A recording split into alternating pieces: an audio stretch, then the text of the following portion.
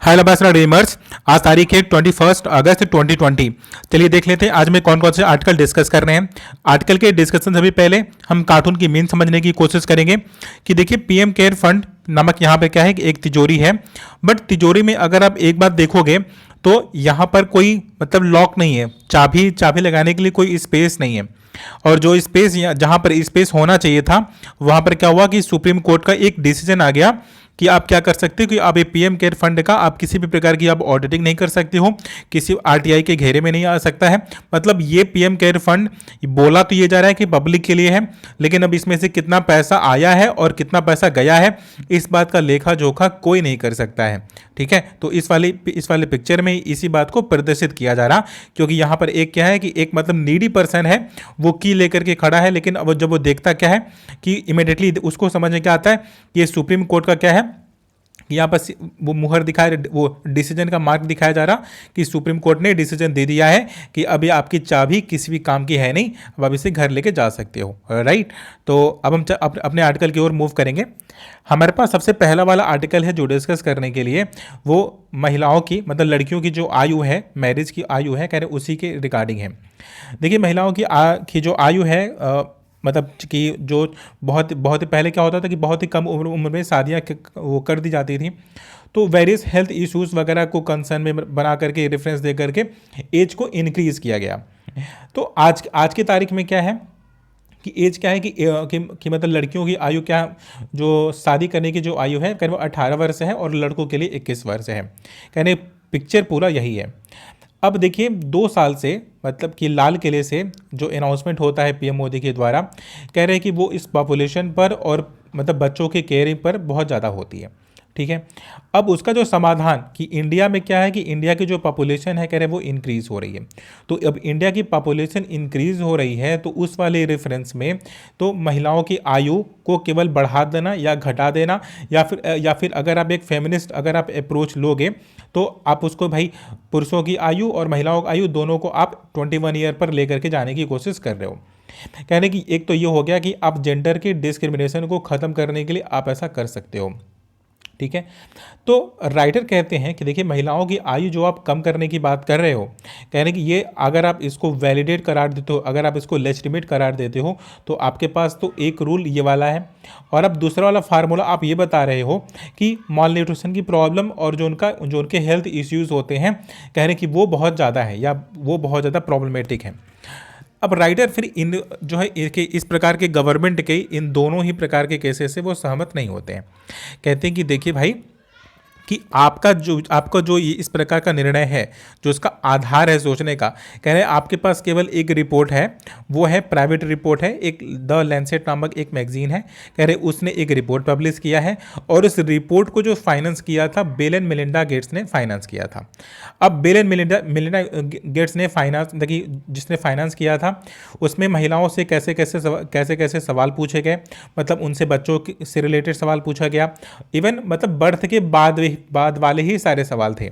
ठीक है, अब आप जरा ये सोचिए कि अगर कोई एक प्राइवेट फाइनेंसर है, उसने अगर किसी मैगजीन को अगर फाइनेंस किया तो जो उसका सर्वे होगा वो कितना ज़्यादा लेजिटिमेट हो सकता है कि आप उसके बेसिस पर किसी भी गवर्नमेंट की मतलब इवन जो सोशल नैरेटिव है कह रहे हैं आप उसे चेंज करने की बात कर रहे हो। कह रहे कि आप क्या कहते हो कि देखिए पॉपुलेशन बढ़ती हुई पॉपुलेशन को आप रोक सकते हो किसके माध्यम से, कह रहे हैं कि आप एज को आप इंक्रीज कर दोगे। राइटर कहते हैं कि ऑलरेडी इंडिया का जो रिप्लेसमेंट रेट होता है फर्टिलिटी का, कह रहे हैं कि इंडिया में कह रहे एक वेरियस स्टेट्स हैं कह रहे जिन्होंने इस रिप्लेसमेंट वाले रेट्स के नीचे अपनी फर्टिलिटी रेट को ला करके रखा हुआ है। अब अगर आप इस प्रकार के डेटा की बात करोगे तो जो सबसे ज़्यादा पॉपुलेशन की ग्रोथ है कह रहे हैं वो यूपी और बिहार में ही है, मतलब ये 26% और एंड 25%। बट जो अगर आप साउथर्न ईस्ट स्टेट की बात करोगे कह रहे हैं आपके इस वाले लॉ के आने के पहले ही कह रहे हैं वो 2.1% या उसके बहुत ही बिलो वो जा चुके हैं। ठीक है, तो अगर आप ये फर्टिलिटी रेट पर अगर एज का इसका कोई सीधा सीधा रिलेशन है नहीं। फर्स्ट थिंग, पहली पहली बात को वो काउंटर इस बात से करते हैं क्योंकि गवर्नमेंट का रेफरेंस क्या था, गवर्नमेंट इस बात को रेफरेंस दे रही थी कि इससे क्या होगा कि पॉपुलेशन गिरेगी। और राइडर कह रहे हैं कि देखिए ये तो पॉपुलेशन पहले से ही गिर रही है और जो रिप्लेसमेंट रेट है, जो उनका फर्टिलिटी रेट है, कह रहे हैं कि वो तो ऑलरेडी गिर रहा है। कह रहे हैं आपको इस वाले इंस्टेंस की ज़रूरत है नहीं। फिर ये सेकंड थिंग ये बात करते हैं, कहते हैं कि देखिए कि आप दूसरी बात आप ये कर रहे हो कि आप उनके हेल्थ का ध्यान रखना चाह रहे हो। राइडर अगेन इस बात को काउंटर कहते हैं देखिए भाई, कह रहे यहाँ पर भी आप गलत हो। गलत कैसे हो? कह रहे कि देखिए कि एक जो पुअर प्रोफाइल की एक महिला है, अब वो चाहे वो 18 ईयर ओल्ड में चाहे वो शादी करे, चाहे वो 20 में, चाहे 21 में, चाहे वो 25 में करे शादी, बट अगर उसका प्रोफाइल, अगर उसका न्यूट्रिशन लेवल, अगर उसका पास अगर प्रोफाइल नहीं है, अगर वो स्टैंडर्ड नहीं है, अगर वो न्यूट्रिशियस फूड अगर नहीं लेती है, तो प्रॉब्लम तो उसके साथ आनी ही है। फिर वो केस किसी भी एज का हो। तो राइटर कहते हैं कि देखिए गवर्नमेंट यहाँ पर अपना पीछा छुड़ाना चाहती है क्योंकि किसी एक भी रुपया गवर्नमेंट को खर्च नहीं करना पड़ेगा अगर वो इस प्रकार का डिसीजन दे देते हैं। तो केवल बदलेगा क्या, केवल सोशल नैरेटिव बदल जाएगा। एक वो महिलाएं कह रहे जिन्होंने इस वाली उम्र के पहले शादियां कर ली हैं, कह रहे कि उनका जो प्रोटेक्शन होता है, जो उनकी सिक्योरिटी होती है, कह रहे वो खतरे में आ जाएगी। कह रहे बस होना यही इतना है, कहते गवर्नमेंट अपनी जिम्मेदारी से बचना चाह रही है, इसकी वजह से वो एज को इंक्रीज करना चाह रही है। और वो इस बात का हवाला दे रही है कि जो पुरुषों की मतलब पुरुषों के बराबर महिलाओं को लाने की बात की जा रही है, तो क्यों केवल महिलाओं की आयु को ही क्यों बढ़ाया जा रहा। कह रहे कि अब यूनिवर्सल जिस तरह से पूरी दुनिया में होता है कि 18 प्लस में कह रहे कि चाहे वो मेल हो चाहे वो फीमेल हो, कह रहे कि वो दोनों ही एलिजिबल हो जाते हैं शादी के लिए। तो आप इस यूनिवर्सल फेनामेना को आप क्यों नहीं एक्सेप्ट कर लेते हो? आप क्यों पुरुषों की आयु को आप 21 ईयर लेकर के जा रहे हो? कह रहे आप दोनों को आप 18 पर लेकर के आ जाओ, अगर आपको ये इस इनइक्वालिटी को अगर आपको बराबर करना ही तो ठीक है। पूरे आर्टिकल में राइटर इसी पूरी बात का विरोध करते कहते देखिए आप सोशल नैरेटिव को आप चेंज करने की बात कर रहे हो और आप अपनी रिस्पॉन्सिबिलिटी से पीछे जा रहे हो। कह रहे हैं आपको अपनी रिस्पॉन्सिबिलिटी से पीछे नहीं जाना चाहिए था। कह रहे हैं आपको बल्कि जो आपके एक्सपेंसेस है, जो आपकी पॉलिसीज़ हैं, कह रहे हैं जिस प्रकार से आप आंगनवाड़ी वर्कर के माध्यम से और जो आशा वर्कर के माध्यम से जो आप न्यूट्रिशियस जो आप फूड प्रोवाइड करवाते थे, कह रहे हैं उसमें आपको क्रिएटिविटी की ज़रूरत है, उसके इम्प्लीमेंटेशन में थोड़े रेगुलेशन की ज़रूरत है, बल्कि आप थोड़ा और बेहतर करो क्योंकि इन दोनों ही स्कीम का कह रहे हैं एक मेजर इम्पैक्ट पड़ा है। इवन जो आयरन की कमी वगैरह हुआ करती थी, कह रहे हैं कि इवन जो आप आयरन पिल्स वगैरह देने की वजह से कि इन चीज़ों में सुधार हुआ है। कह रहे हैं आप इसको प्रमोट करो, ना कि आप मतलब एक सोशल सा एक बिल्कुल दूरी हटा उसे बनाते हुए आप कर क्या रहे हो कि सिर्फ एक सोशल नैरेटिव जनरेट करो कि चलो भाई अब हम एज बढ़ा दें ना तो इससे हमें ये फ़ायदा हो जाएगा। कह रहे हैं आप अपनी जिम्मेदारी से बचने की कोशिश करो। बड़ा सिंपल एंड सीधा सा राइटर यहाँ पर गवर्नमेंट का विरोध करते हैं। तो हमारा ये वाला आर्टिकल क्या हो गया, डिस्कस हो गया।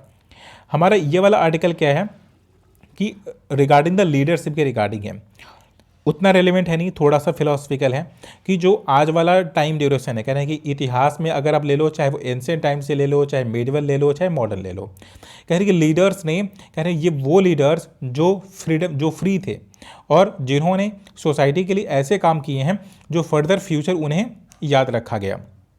कह रहे कि वेरियस हमारे पास सोशल रिफॉर्मर भी रहे हैं, कह रहे हैं जिन्होंने जो अपने समय के अनुसार अपने समय के तरीके से और पूरे फुल फ्रीडम के साथ उन्होंने काम किया है और जो पीस इस्टेब्लिश करना होता है, कह रहे उन्होंने वो पीस भी इस्टेब्लिश की है। अब जो आधुनिक वाला टाइम है, जो आधुनिक ड्यूरेशन की बात करते हैं, कहते हैं कि देखिए ये पूरा ऑनलाइन प्लेटफॉर्म है। अब ऑनलाइन प्लेटफॉर्म पे जो पूरा फ्रेमवर्क है, कह रहे हैं वो बिल्कुल अलग है।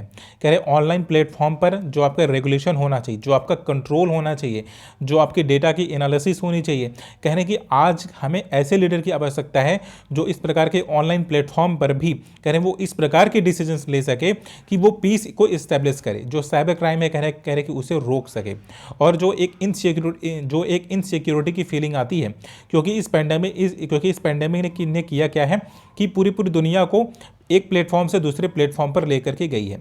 अब फिजिकल प्रेजेंस उतनी रेलेवेंस नहीं है जितना कि ऑनलाइन प्लेटफॉर्म पर आपकी प्रेजेंस है। तो ऑनलाइन प्लेटफॉर्म पर अगर कोई है तो उसकी सिक्योरिटी का ध्यान कौन रखेगा, उसकी सिक्योरिटी के लिए पॉलिसी कौन बनाएगा, उसके लिए कोई फ्रेमवर्क कौन जनरेट करेगा। राइटर उसी के पर्सपेक्टिव में बात करते हैं और राइटर फिर फर्दर बात करते हैं, कहते हैं कि देखिए कि जो लीडर्स होते हैं ना, जो हमारे पास जो हमारे बीच के जो लीडर्स निकल कर आते हैं, कहते हैं वो ऑर्गेनाइजेशंस जो स्किल होती है, कह रहे हैं कि वो उसके माध्यम से निकल करके आना चाहिए कि चीज़ों को ऑर्गेनाइज करना, चीज़ों को फ्रेम करना और उससे एक आउटकम के फॉर्म में, मतलब उससे एक रिजल्ट निकालने की बात करते हैं। ठीक है, इससे ज़्यादा इसमें ज़्यादा कुछ है नहीं, वो सिंपली थोड़ा सा फिलोसफिकल है, क्योंकि जो IIM बेंगलुरु के जो प्रोफेसर हैं मैनेजमेंट के, इन्होंने ये वाला आर्टिकल लिखा हुआ है। तो सारा जो स्किल और जो सारा जो टूल है, कह रहे हैं वो मैनेजमेंट के ही टूल की वो बात कर रहे हैं, और सारे ऑर्गेनाइजेशन के जितने स्किल्स होते हैं, कह रहे हैं वो उसी के बारे में बात कर रहे हैं। ठीक है, तो आज वाले टाइम पीरियड की वही पूरा सिनारियो है। तो हमारा ये वाला भी आर्टिकल क्या हो गया, डिस्कस हो गया। अभी हम अपने नेक्स्ट वन आर्टिकल की ओर मूव करेंगे। जो हमारा नेक्स्ट वन आर्टिकल है डिस्कस करने के लिए, वो रिगार्डिंग द व्हाट है कि एग्जाम्स में चेंजेस किए गए ना, कि अभी क्या करना होगा कि एक एंट्रेंस एग्ज़ाम आप दोगे। अभी तक क्या होता था कि जितने भी एग्ज़ाम है तो आपको सारे एग्ज़ाम के लिए अब प्री देना होता है, फिर मेंस देना होता है, फिर उसके बाद आप फर्दर प्रोसीड करते हो। लेकिन अभी क्या हो गया कि आप स्क्रीनिंग एक कॉमन टेस्ट होगा आपका, और उस कॉमन टेस्ट की जो वैलिडिटी है, कह रहे हैं कि वो 3 साल की होगी। और उस 3 साल के बाद कह रहे हैं कि आप वेरियस फॉर्म्स होंगे, कह रहे जिस किसी भी सेक्टर में आप जाना चाहते हो, केवल आप उसका एग्जाम दोगे और आप फाइनली सेलेक्ट हो जाओगे।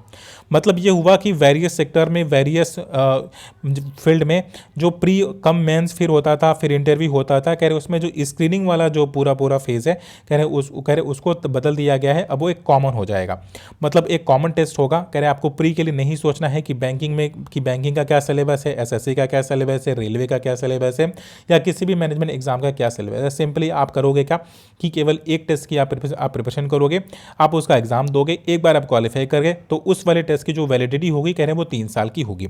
अब वो 3 साल के बीच में किसी भी प्रकार की वैकेंसी आ जाए, कैसा भी फॉर्म आ जाए, कह रहे हैं कि आप उसके सीधे मेंस का एग्जाम आप दे सकते हो। आपको बार बार स्क्रीनिंग देने की आवश्यकता नहीं है। राइटर यहाँ पर फिर कुछ तारीफ भी करते हैं, कुछ इसकी बुराई भी करते हैं। कहते हैं कि देखिए कि आपने जो ये वाली स्कीम लेकर के आई है ना, कि ठीक है, अब धीरे धीरे आप कर क्या रहे हो कि ये स्कीम तो ठीक है, आपकी परफेक्ट है, बट अगर आप रेलवे की अगर आप बात करो तो रेलवे में एक और सिनेरियो हमें देखने को मिल रहा है, जो कि सबसे ज़्यादा जॉब देती है। कह रहे हैं आप उसको प्राइवेटाइज करते जा रहे हो। कहते हैं कि जो मेजर जो गवर्नमेंट जॉब होती थी, कह रहे हैं आप उसको धीरे धीरे इंक्रीज़ नहीं कर रहे हो, बल्कि आप उसे डिक्रीज़ करते जा रहे हो। तो जो आपका अभी आज के डेट का जो रिफॉर्म है, कह रहे हैं कि वो अनएम्प्लॉयमेंट रेट को क्या करेगा कि इंक्रीज़ करेगा, बढ़ाएगा। कह रहे हैं आपको उन बातों पर ध्यान देना चाहिए था जो गवर्नमेंट सेक्टर में नौकरियों को जनरेट करती, ना कि उन बातों पर ध्यान देना कि आप चीज़ों को प्राइवेटाइज करके जो आप गवर्नमेंट की जो जॉब है, कह रहे कि आप उसको डिक्रीज करने की बात करते या ख़त्म करने की बात कर रहे हो। राजा कहते हैं कि देखिए, अगर आप पूरे जॉब सिनेरियो की बात करोगे तो 14% का डेटा यहाँ पर बतलाते हैं। कहते हैं कि देखिए 14% का रेशियो होता है जो हमारी डिफेंस है और जो हमारी रेलवे है। कह रहे हैं कि गवर्नमेंट जॉब के अगर आप उसके शेयर की बात करोगे तो अप्रॉक्सीमेटली 14% का डेटा यहाँ पर शेयर करते हैं। राइटर कहते हैं कि देखिए आपका रिफॉर्म बहुत अच्छा है, लेकिन आपको इन जो गवर्नमेंट जॉब है, कह रहे हैं कि इसके मतलब एम्प्लॉयबिलिटी जो इसकी वैकेंसी है, कह रहे हैं कि जो इसकी स्कोप है, कह रहे हैं आपको इसे इन्हेंस करने की भी ज़रूरत है। ठीक है, ये वाला आर्टिकल हमारा डिस्कस हो गया। अभी हम नेक्स्ट वन आर्टिकल की ओर मूव करेंगे। हमारा जो अगला वाला आर्टिकल है वो रीजनलिज्म के रिगार्डिंग है। देखिए, शिवराज सिंह चौहान जी ने बोला क्या कि मध्य प्रदेश में कोई भी जो सरकारी नौकरी होगी केवल MP वालों के लिए होगा। मतलब कि आपको जो क्राइटेरिया की ज़रूरत क्या है कि MP के डोमिसाइल की आवश्यकता है। राइटर कहते हैं कि देखिए ये कोई नई बात है नहीं। कह रहे कि आप चाहे कर्नाटका ले लो, चाहे गुजरात ले लो, चाहे राजस्थान ले लो, कह रहे चाहे वो साउथर्न के, चाहे वो तमिलनाडु ले लो, कह रहे वेरियस स्टेट ने जो प्राइम कंडीशन रखी है, ना केवल गवर्नमेंट जॉब में बल्कि प्राइवेट जॉब में भी, कि आपको वहाँ का डोमिसाइल होना जरूरी है। अब राइटर के पर्सपेक्टिव में कि देखिए ये जो आप इस प्रकार का रीजनलिज्म का गेम खेल रहे हो ना, कह रहे कि देखिए लोकल के जो लीडर्स होते हैं जब वो ऐसा काम करते हैं तो उनकी बात तो समझ में आती है, लेकिन जब नेशनल लेवल की पार्टीज अगर इस प्रकार से रीजनलिज्म का अगर गेम खेलने लग जाए तो कह रहे हैं वो तो कंट्री को डिवाइड करने के जैसा हो गया। अब कैसे हो जाएगा, क्योंकि देखिए कि अगर जो माइग्रेंट लेबर होता है, अगर आप एक डेटा का अगर आप अनुमान लगाओगे तो जो टॉप मोस्ट जो माइग्रेंट लेबर्स हैं, कह रहे हैं वो सबसे ज़्यादा बिहार से जाते हैं। कह रहे हैं पूरे अगर ऑल इंडिया में अगर वेरियस स्टेट में माइग्रेंट वर्कर की सबसे ज़्यादा जो संख्या है, कह रहे हैं वो बिहार से है, और बिहार के बाद यूपी से है। तो कह रहे हैं कि देखिए इन दो जो मोस्ट पॉपुलस मतलब जो स्टेट्स हैं आपके, कह रहे यहाँ पर ऐसा नहीं है कि केवल पॉपुलेशन है, बल्कि यहाँ एक ह्यूमन रिसोर्स रहता है और वो वेरियस स्किल्स से वो इनहेंस है, वो एलिजिबल होते हैं। तो आपके जो आपके मतलब इंडस्ट्रीज़ होती हैं, कह रहे हैं आप उसको एक मार्केट टच देते हैं, एक कॉम्पिटिटिव एज देते हैं। कह रहे हैं कि आप अपने केवल पॉलिटिक्स के रिगार्डिंग आप करते क्या हो, उस कॉम्पिटिटिव एज को फिनिश करने की बात कर रहे हो, उस कॉम्पिटिटिव एज को ख़त्म करने की बात कर रहे हो। कह रहे हैं अगर इस प्रकार से अगर आप डिवाइड करते जाते हो तो फर्दर इसके अनदर रिपरकशन भी हमें देखने को मिल सकता है। जैसे रीजनलिज्म बढ़ेगा, तो एक स्टेट जब हम बात करते हैं पूरे भारत को एक करने की, इंटीग्रेट करने की, तो कहने की ये इंटीग्रेशन में एक प्रकार से क्या करेगा कि प्रॉब्लम क्रिएट करेगा कि एक स्टेट वाला दूसरे स्टेट वाले से क्या करेगा, नफरत करेगा। ठीक है, मतलब जो उसका स्कोप है, जो उसमें मिलनसार और जो कल्चरल टाइप होने चाहिए थे, कह रहे कि वो नहीं होगा। जबकि पूरी दुनिया क्या हो रही है कि ग्लोबलाइज हो रही, इंटीग्रेट हो रही है, तो हम इस प्रकार से ये रीजनली डिवाइड क्यों हो रहे हैं। कह रहे कि देखिए कि जो एम्प्लॉयबिलिटी है, कह रहे कि जो अनएम्प्लॉयमेंट का जो रेट है, कह रहे कि पूरे 10 वर्षों में, पूरी सदी में कह रहे हैं सबसे ज़्यादा है। कह रहे हैं कि आप कर क्या रहे हो कि केवल लोकल लेवल उसको लोगों को केवल खुश करने के लिए, हैप्पी करने के लिए आप गेम खेल रहे हो। ठीक है, इससे आपका कोई समाधान निकलने वाला है नहीं, और जो अनएम्प्लॉयमेंट का जो रेट है, कह रहे हैं कि वो गिरने वाला है नहीं। कह रहे कुछ वक्त के लिए आप सिमुलेशन तो क्रिएट कर सकते हो, लेकिन फिर अगर आप ब्रॉडर पर्सपेक्टिव में देखोगे तो ये इंडिया को डिसइंटीग्रेट करता है, मतलब जोड़ता नहीं है, एक स्टेट को दूसरे स्टेट से जोड़ता नहीं है। क्योंकि वेरियस जो क्लॉज है, कह रहे हैं कि हमें जो नॉर्थ ईस्टर्न स्टेट है, कह रहे हैं उनके लिए तो ऑलरेडी लग ही चुका है। तो अगर हमें एक स्टेट की जो वेल्थ है दूसरे स्टेट में फ्लो होनी चाहिए, और एक स्टेट का जो स्किल है और जो टैलेंट है, कह रहे हैं वो दूसरे स्किल के भी, मतलब दूसरे स्टेट के भी काम आने चाहिए, तो इससे पूरा इंडिया ग्रो होगा। अदरवाइज होगा क्या होगा कि हम पूरे रीजन में डिवाइड होकर के रह जाएंगे, हम एक इंटीग्रेटेड फॉर्म में, हम ग्लोबल वर्ल्ड या ग्लोबल पावर हम बन करके उभर नहीं पाएंगे। तो हमारा ये वाला भी आर्टिकल क्या हो गया, डिस्कस हो गया। बाकी ये तो इंटरव्यू है, तो इंटरव्यू तो डिस्कस किया नहीं जाता है। फिर अभी हमारे पास जो नेक्स्ट वन आर्टिकल है डिस्कस करने के लिए, वो न्यू एजुकेशन सिस्टम के रिगार्डिंग है। देखिए न्यू एजुकेशन पॉलिसी आई हुई है, तो न्यू एजुकेशन पॉलिसी में वेरियस क्लॉज हैं, वेरियस मतलब रिफॉर्म्स लिए गए हैं। तो उनमें से एक है कि टेक्नोलॉजी का यूज करना, और टेक्नोलॉजी को ना केवल यूज करना, बल्कि जो टीचर्स हैं, कह रहे हैं उनको टेक्निकल फ्रंट पे उनको एजुकेट करना, उनको ट्रेन करने की भी बात की जा रही है। कह रहे कि देखिए आपने न्यू एजुकेशन पॉलिसी को आप लेकर के तो आ गए हो, लेकिन एक बड़ी पॉपुलेशन है, कह रहे कि जो टेक्नोलॉजी को यूज़ नहीं करती है, जहाँ पर टेक्निकल चीज़ें आज भी अवेलेबल नहीं थी। इवन कुछ ऐसे भी गाँव है, कह रहे जहाँ पर आज क्या है, एजुकेशन सिस्टम, वहाँ पर स्कूल तो खुल गए थे, लेकिन वहाँ पर इलेक्ट्रिसिटी की मतलब फैसिलिटी नहीं थी। अब अगर ऐसे रूट क्लॉज वाले जैसे ऐसी जगहों पर जब आप इस तरह की बात करते हो कि मैं एक बड़ा रिफॉर्म लेकर के आ रहा हूँ, और टीचर को मैं क्या करूँगा कि मैं टेक्निकली मैं वर्चुअल क्लासेस चलवाऊंगा, ठीक है, मैं इंटरनेट की वहाँ पर फैसिलिटी करवाऊंगा, जहाँ पर इलेक्ट्रिसिटी ही नहीं है। जब इवन गाँवों में क्या होती है कि इलेक्ट्रिसिटी आप 10 आवर से ज़्यादा आप दे नहीं पाते हो, तो स्कूल टाइम में तो इलेक्ट्रिसिटी का तो सवाल ही पैदा नहीं होता है। तो आप ऑनलाइन प्लेटफॉर्म पर आप उनको कैसे लेकर के आओगे, आप उन टीचर्स को आप कैसे ट्रेन करोगे। कह रहे कि हो सकता है कि जो आज के आपके पास जो रिक्रूटमेंट हो, कह रहे कि हो सकता है कि वो टेक्निकल फ्रंट पे कह थोड़ा बहुत स्किलफुल हो सकते हैं। कह रहे लेकिन आपको तो ब्रॉडर पर्सपेक्टिव में देखना होगा ना, आपको तो सभी को साथ में लेकर के चलना होगा ना। कह रहे कि केवल इस प्रकार से इलीट ग्रुप के लिए तो आपको तो काम करना नहीं है। कह रहे आपको तो उन लोगों के लिए भी काम करना है जो डिप्राइव्ड सेक्शन है। कह रहे डिप्राइव्ड सेक्शन को आप और भी ज़्यादा आप डिप्राइव करने की बात करो। कह रहे आपके इस पूरे रिफॉर्म में कह रहे ऐसा कोई स्कीम नहीं है, ऐसा कोई क्लॉज नहीं है, ऐसी कोई योजना नहीं है, ऐसा कोई स्ट्रेटजी नहीं है जो ग्रास रूट लेवल पर जा करके इस प्रकार के इंफ्रास्ट्रक्चर को जनरेट करे और उन्हें ट्रेन करे। कह रहे कि आपको इस वाले पर्सपेक्टिव से भी सोचना चाहिए, और इस तरह के प्रॉब्लम के सोल्यूशन के लिए सोचना चाहिए था, ना कि केवल एक इलीट क्लास वालों के लिए आप चीज़ों को फैसिलिटेट करोगे और आप उन्हें केवल टेक्नोलॉजी के फ्रंट पर आप एबव लाने की बात कर रहे हो। हमारे ये वाला भी आर्टिकल क्या हो गया, डिस्कस हो गया। अभी हमारे पास नेक्स्ट आर्टिकल है बिजनेस लाइन का, काफ़ी इंपॉर्टेंट आर्टिकल है डिस्कस करने के लिए। वो ये वाला है कि injecting the dynamism into the industry 4.0। देखिए ये इंडस्ट्री 4.0 का मतलब यह है कि ये इंडस्ट्रियलाइजेशन की बात कर रहे हैं कि इंडिया की अभी जो आज का जो इंडस्ट्रियलाइजेशन है, कह रहे वो आर्टिफिशियल इंटेलिजेंस और इंटरनेट ऑफ थिंग के रिगार्डिंग है। आर्टिफिशियल इंटेलिजेंस और इंटरनेट ऑफ थिंग वगैरह का अगर आप थोड़ा सा केस देखोगे तो राइटर कहते हैं कि जितने भी स्टेट हैं, जितने भी स्टेट हैं, जितनी भी कंट्रीज़ हैं, कहने कि वो अपने यहाँ पर वेरियस नेम्स है, कह रहे हैं उनका नॉमेनक्लेचर अलग अलग है, चाहे वो जापान हो, चाहे वो जर्मनी हो, चाहे वो चीन हो। कह रहे कि हर कंट्री का अपना जो नॉमेनक्लेचर है, जो नामकरण है इस पूरे ये इंडस्ट्री 4.0 का, कह रहे हैं वो अलग अलग है। कह रहे इंडिया खुद को आत्मनिर्भर तो बनाना चाहता है, लेकिन आत्मनिर्भर बनाने के लिए कह रहे कि कह रहे कि जो स्किल और जो जिस प्लेटफॉर्म की आवश्यकता है, कह रहे कि पहले उसे इंडिया को पहले उस पर फोकस करना होगा। अब देखिए ये इंडस्ट्री 4.0 का मतलब ये हो गया कि आर्टिफिशियल इंटेलिजेंस हो जाए, चाहे वो डेटा की एनालिसिस हो जाए, चाहे वो वर्चुअल चीज़ें हो गए। कह रहे आपको करना क्या है कि उन फ्रंट पर आपको काम करना होगा और क्लाउड कंप्यूटिंग पर भी आपको फोकस करना होगा। ठीक है, अब राइटर कुछ एग्जांपल्स लेंगे, कहेंगे कि देखिए इस वाले फ्रंट पे इंडिया क्या होगा कि पीछे रह जाएगा कि अगर वो मेजर रिफॉर्म नहीं लेता है तो। अब इंडिया मेजर रिफॉर्म कैसे ले सकता है, अब यहाँ पर एक एग्जांपल लेंगे, कहेंगे देखिए जो हमारी फार्मेसी है, कह रही इंडिया क्या है कि इंडिया पूरी दुनिया की फार्मेसी है, कि इंडिया जो मेडिसिन है ना वो सबसे ज़्यादा सस्ती बनाता है, और जो इसका मार्केट शेयर है ना, कह रहे हैं वो अदर कंट्री की अपेक्षाकृत कह रहे हैं कि बहुत ज़्यादा है। कह रहे हैं कि अगर आपको मार्केट फ्रंट पर, अगर आपको अपनी जिस प्रकार से आपने अपनी फार्मेसी को डेवलप किया है, अपनी फार्मेसी को जिस तरह से आप सेल कर रहे हो, कह रहे अगर आपको उस तरह से फर्दर सेल करना है, फर्दर इसको वो प्रोड्यूस करना है, तो आपको इस प्रकार की इंडस्ट्री 4.0 की आवश्यकता होगी। अब कैसे आवश्यकता होगी कि सपोज करिए कि कोई इंडस्ट्री है, कोई कंपनी है आपके यहाँ इंडिया में, कोई कंपनी है, उसको वैक्सीन के डेवलपमेंट का एक बहुत बड़ा कॉन्ट्रैक्ट दे दिया जाता है। अब इतना बड़ा कॉन्ट्रैक्ट अगर उसे दे दिया गया, तो अब वो करेगा क्या कि चलो ठीक है, उसने मैन्युफैक्चर भी कर लिया।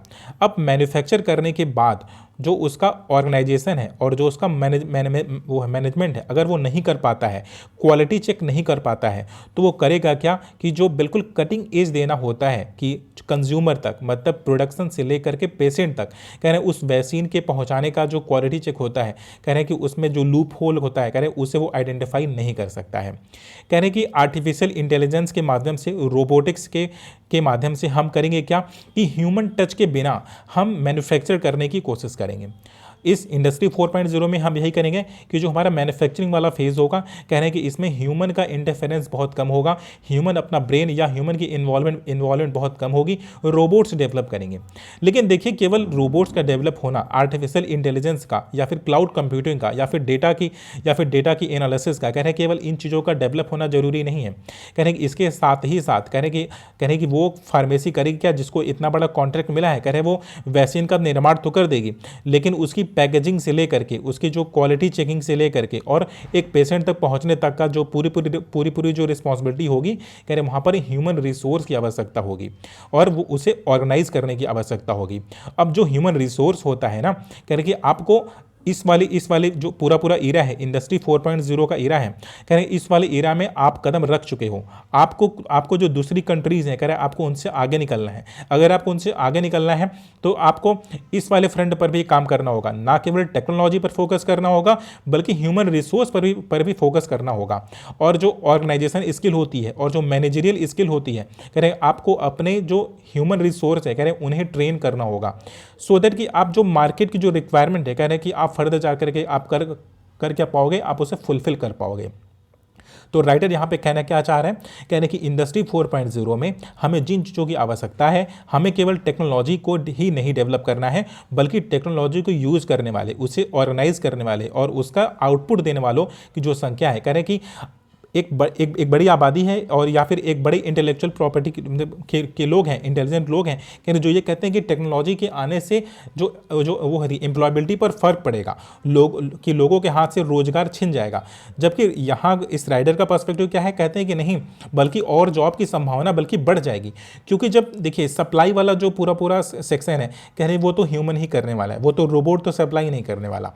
अगर मैन्युफैक्चरिंग वाले सेक्टर में करेंगे, एक कंपनी हो गई, एक फैक्ट्री हो गई, तो कितने लोगों को वो रोजगार दे सकती है। और जो मार्केट शेयर होता है ना आपका, कह रहे कि आप वर्ल्ड लेवल पर अगर आप चीज़ों को सेल करोगे, एक्सपोर्ट करोगे, तो कह रहे कि उसका आपके पास ना प्रोडक्शन भी बहुत एक बड़े अमाउंट में होना चाहिए और प्रोडक्शन केवल आप मशीन के थ्रू ही ज़्यादा कर पाओगे। कह रहे आप एक ह्यूमन उतना ज़्यादा प्रोड्यूस नहीं कर पाएगा कि आप वर्ल्ड लेवल पर आप एक बड़ा मार्केट शेयर को आप कैप्चर कर पाओ। ठीक है। तो ये ऐसे राइटिंग वगैरह में काफ़ी यूज़फुल हो सकता है ये पूरा पूरा डायमेंशन कि जो टेक्नोलॉजी है अगर उसके आने से क्या होगा कि अनएम्प्लॉयबिलिटी बढ़ेगी या घटेगी या लोगों को रोजगार कैसे मिलेगा, तो हम इस सप्लाई चेन वाले पर्सपेक्टिव को ध्यान में रखते हुए हम अपनी आंसर राइटिंग कर सकते हैं और हम बता सकते हैं कि जो ऑर्गेनाइजेशन स्किल होती है और जो मैनेजरियल स्किल होती है, अगर हम आज के अपने ह्यूमंस को अगर हम उन चीज़ों के लिए ट्रेन कर दें तो जो हमारे इंडस्ट्री 4.0 है, यानी कि वो उसमें क्या होगा कि उनको रोजगार उसमें मिल जाएगा। ठीक है, तो ये पूरा पूरा आर्टिकल हमारा क्या हो गया, डिस्कस हो गया। अभी हमारे पास नेक्स्ट वन आर्टिकल है डिस्कस करने के लिए, ये भी बिजनेस लाइन का ही आर्टिकल है, अच्छा आर्टिकल है। अब देखिए डेप्ट के रीस्ट्रक्चरिंग की बात की जा रही है। अब पैंडेमिक है तो पैंडेमिक के बाद हुआ कि वेरियस बिजनेसेस हुए, कहने वो पूरी तरह से कोलैप्स हो गई। कहने को चाहे वो छोटा बिजनेसमैन हो चाहे वो बड़ा बिजनेसमैन हो, कह रहे उसने पैसे तो उधार लिए थे, अब वो चाहे किसी साहूकार से उधार लिया हो चाहे वो बैंक से उधार लिया हो। अब यहाँ पे हम फॉर्मली बात करेंगे बैंकों से, कह रहे बैंकों से कह रहे कि जिन बिजनेसमैन ने क्या किया था कि उधार लिया था, तो अब बिजनेस तो कोलैप्स हो गया, तो इसकी वजह से वो रीपेमेंट तो नहीं कर पाए। कह रहे एक सीमा तक तो आपने आरबीआई ने किया क्या कि चलो भाई ठीक है, आपको इंटरेस्ट पे नहीं करना होगा, आपको इंस्टॉलमेंट पे नहीं करना होगा 2 महीने या 3 महीने। लेकिन अब जब बिजनेस पूरी तरह से रुक गया है तो उसे वापस से फ्लो में आना और उसकी जो प्रॉफिट मेकिंग के लेवल पर जाना, कहने कि वो थोड़ा सा मुश्किल होगा। तो इसकी वजह से बैंकों का एनपीए बहुत ज़्यादा बढ़ गया है, चाहे वो बैंक्स हो चाहे वो नॉन बैंकिंग फाइनेंशियल कंपनीज हों, जिन्होंने पैसा उधार दिया था, मतलब पैसा डिप्ट किया था और उसी के इंटरेस्ट से पूरी पूरी इकोनॉमी उनकी चलती थी। तो जो पूरा पूरा जो फाइनेंस सेक्टर है, कहने वो पूरी तरह से क्रैश हो गया। अब राइटर यहाँ कहते हैं कि आरबीआई प्लान क्या कर रही है, लोन को रीस्ट्रक्चर करने की बात कर रही है। अब देखिए लोन का रीस्ट्रक्चर क्या होता है, जैसे कि आपने 1 लाख रुपए लिया, अब 1 लाख रुपए आपने लिया और उस पर ब्याज 60,000 रुपये ब्याज आपके ऊपर लग गया है, आप इंटरेस्ट पे नहीं कर पा रहे हो। ठीक है, तो अब देखिए एक पर्सन है कि एक लंबे समय तक अगर इंटरेस्ट पे नहीं कर रहा है या फिर पेमेंट नहीं हो रहा, तो वो क्लाइंट क्या होगा कि एनपीए में चला जाएगा। अगर आप किसी इंस्टीट्यूशन से या किसी बैंक से अगर आप पैसा लेते हो और 120 डेज तक आप उसको रीपे नहीं करते हो, तो आपके द्वारा लिया गया लोन है, कह रहे वो बैंक के लिए नॉन परफॉर्मिंग एसेट में चला जाएगा। तो right now non performing asset की वजह से जो फंडिंग्स होती हैं, जो बाहर की कंपनियां होती हैं, कह रहे हैं कि वो पैसा लगाना चाहेंगे नहीं, तो लोन को रीस्ट्रक्चर करके किया क्या जाएगा कि इस एनपीओ को ठीक किया जाएगा। अब देखिए लोन के रीस्ट्रक्चरिंग में मैंने बताया कि आपने 1 लाख रुपए लिया, 60,000 रुपये आपको ब्याज देने थे, तो आपका 1,60,000 रुपये हो रहा है। तो लोन के रीस्ट्रक्चरिंग में होगा क्या कि अब आपकी जो आपका पूरा पूरा डेप्ट है वो कह रहे हैं वो 1,60,000 रुपये का कर दिया जाएगा। मतलब अभी तक का जो आपका प्रिंसिपल अमाउंट क्या था, 1 लाख रुपए था, उस पर ब्याज लगते लगते कितना हो गया, 1,60,000 हो गया। अभी आपको रीस्ट्रक्चर करके आपको फ्रेश क्लाइंट बता दिया जाएगा कि अभी आपने इस वाली तारीख से, मतलब आप तो 4 साल पहले भी लोन लिए थे, लेकिन अभी क्या होगा, आपके पुराना डेटा को क्या कर दिया जाएगा, रिमूव कर दिया जाएगा और आपका बिल्कुल आपकी एक फ्रेश फाइल बन जाएगी और फ्रेश फाइल में लोन आपका होगा 1,60,000 रुपये। अब आपको 1,60,000 के हिसाब से क्या करना होगा कि उसका पेमेंट करते रहना होगा। इसको बोलते हैं रीस्ट्रक्चरिंग। इससे क्या होता है, क्लाइंट को तो फ़ायदा नहीं होता, जो लोन लिया है उसको तो फ़ायदा नहीं होता, लेकिन जिसने लोन दिया है अगर उसको फ़ायदा हो गया। उसको फ़ायदा कैसे हो गया कि अचानक सा 3-4 महीने के लिए हुआ क्या कि एनपीए ख़त्म हो गया, कि वो जो 1.5 लाख रुपए, जो 1 लाख रुपए एनपीए में चल रहा था, कह रहे हैं कि अब वो बिल्कुल कैपिटल का फॉर्म ले लिया और वो आपका बैलेंस शीट बिल्कुल फिट एंड फाइन हो गया। अब राइटर यहाँ पर इसी बात से मतभेद रखते हैं, कहते हैं कि जो आपका ये वाला तरीका है ना कि लोन को रीस्ट्रक्चर कर देना, एक डेटा भी देते हैं, कहते हैं कि 10 वर्षों में आरबीआई ने 30 ट्रिलियन की जो अमाउंट है, कह रहे हैं उसको रीस्ट्रक्चर किया है, लेकिन उसके बावजूद एनपीए तो बढ़ ही रहा है। कह रहे हैं कि ये परमानेंट सोल्यूशन है नहीं, रीस्ट्रक्चर कर देना लोन को या फिर डेप्ट का, कह रहे हैं वो उसका परमानेंट सोल्यूशन है नहीं। अब राइटर दूसरे पर्सपेक्टिव की बात कर रहे हैं, कहते हैं कि देखिए कि डिफ़ॉल्टर 2 तरह के होते हैं, एक होते हैं कि विलफुल डिफ़ॉल्टर और एक होते हैं नॉन विलफुल डिफ़ॉल्टर। तो कह रहे हैं कि राइट नाउ अभी जो डेप्ट का जो पूरा सिनारियो है, कह रहे हैं विलफुल डिफ़ॉल्टरों की संख्या बढ़ गई है। अब कुछ कंपनीज़ का क्या करते हैं, ये पोर्टफोलियो वगैरह देखते हैं, कहते हैं कि कंपनियों का प्रॉफिट केवल कम हुआ है, कंपनियों को लॉस नहीं हुआ है। कह रहे हैं कि जो कंपनियां कह रहे हैं कि 25% 30% का जो प्रॉफिट गेन कर रही थी, कह रहे हैं कि वही प्रॉफिट क्या हुआ कि उनका वो प्रॉफिट ख़त्म हो गया या फिर प्रॉफिट काफ़ी कम हो गया। बस प्रॉब्लम बस यहीं पर आई हुई है और वो विलफुल डिफॉल्टर की श्रेणी में जा रहे हैं। तो राइटर का कहने का मतलब ये है कि आपको डेप्ट की जो रीस्ट्रक्चरिंग है, कह रहे हैं कि उसको ब्लाइंड फेथ से नहीं करनी चाहिए, आंखें बंद करके नहीं करनी चाहिए। आपको पॉइंट टू पॉइंट जा करके क्या करना चाहिए कि ऐसे जो विलफुल डिफॉल्टर है उनके खिलाफ एक्शन लेकर के आपको उनसे वसूली करनी चाहिए या पैसों की आपको रिकवरी करनी चाहिए। कह रहे हैं कि जो उसमें इंडिविजुअल है, जो पर्सन है जिसका लोन अमाउंट बहुत कम है, कह रहे हैं कि हालांकि वो भी उसी एम्बिट में आ जरूर जाएगा, लेकिन आप कर कह सकते हो कि केस टू केस अगर आप सॉल्व करोगे तो आप इस डेप्ट के रीस्ट्रक्चरिंग वाले कॉन्सेप्ट को या फिर एनपीए वाले प्रॉब्लम को आप क्या कर सकते हो, क्योंकि आप रिजॉल्व कर सकते हो। ठीक है, तो हमारा ये वाला आर्टिकल क्या हो गया, डिस्कस हो गया। अभी हमारे पास नेक्स्ट वन है आर्टिकल डिस्कस करने के लिए, वो रिगार्डिंग द एमएसएमई है। अब देखिए कि आत्मनिर्भर भारत बनाने के लिए अब इंडिया की मतलब कि चीज़ों का मतलब कि यहाँ पर इंडिया में मैन्युफैक्चर होना ज़रूरी है। अब जो इंडिजिनस टेक्नोलॉजीज़ होती हैं, चीज़ों को जब इंडिजनाइज आप करते हो कि भारत की भारतीय में चीज़ों को करने की बात करते हो, तो उसमें प्रॉब्लम्स क्या आती हैं, तो अब राइटर उसी की बात करेंगे। कहने कि चलिए हम सपोज करते हैं कि तीन टूल्स हैं या फिर तीन आप यूनिट मान लो। पहला ये कि एक फॉरेन सप्लायर है, ठीक है, फिर दूसरा है एक इंडिया का मतलब कि एक इंडिया का ट्रेडर है, और तीसरा है एमएसएमई वाला। कह रहे कि 3 पर्सन है, एक फॉरेन सप्लायर है, दूसरा एक ट्रेडर है जो इंडिया में क्या करता है, इंपोर्ट एक्सपोर्ट का काम करता है, और तीसरा है जो इंडिया में मैन्युफैक्चर करता है। कह रहे कि अब जब पीएम मोदी बात कर रहे थे भारत को आत्मनिर्भर बनाने की, तो पीएम मोदी बात कर रहे थे इस एमएसएमई वाले सेक्टर की, मतलब कि जो चीज़ें इंडिया में मैन्युफैक्चर हो रही हैं आप बात उसकी कर रहे थे। अब राइटर कहते हैं कि चलिए इसकी प्रॉब्लम भी देख लेते हैं कि प्रॉब्लम क्या होती है। कहते हैं कि देखिए आपने अगर इंपोर्ट ड्यूटी में इस प्रकार छूट दे दिया कि आप क्या करोगे कि आयात या फिर निर्यात पर आप कर क्या रहे हो कि आयात में शुल्क से आपने छूट दे दी। अब अगर आपने आयात में शुल्क से छूट दे दी तो किसको किसको फ़ायदा होने वाला है। आप ये मान के चलिए कि वो सेम चीज़ें प्रोड्यूस करने वाले थे, और सेम चीज़ें प्रोड्यूस के जो उसका यूनिट कॉस्ट होता है करें वो 100 रुपीज़ होता है। तीनों के लिए किसी भी चीज़ को मैन्युफैक्चर करने का जो कॉस्ट होता है करें वो 100 रुपीज़ होने वाला है। कह रहे जैसे ही आपने इस शुल्क में छूट दिया तो जो एक्सपोर्टर है कह रहे कि जो बाहर से आपको सप्लाई करने वाला पर्सन था, कह रहे कि उसका जो कॉस्ट प्राइस है कह रहे वो तो $100 ही रहने वाला है या फिर 100 रुपये ही रहने वाला है। लेकिन अब इसके अलावा अगर जैसे ही आप ये इंडिया के ट्रेडर वाले फॉर्म में आओगे तो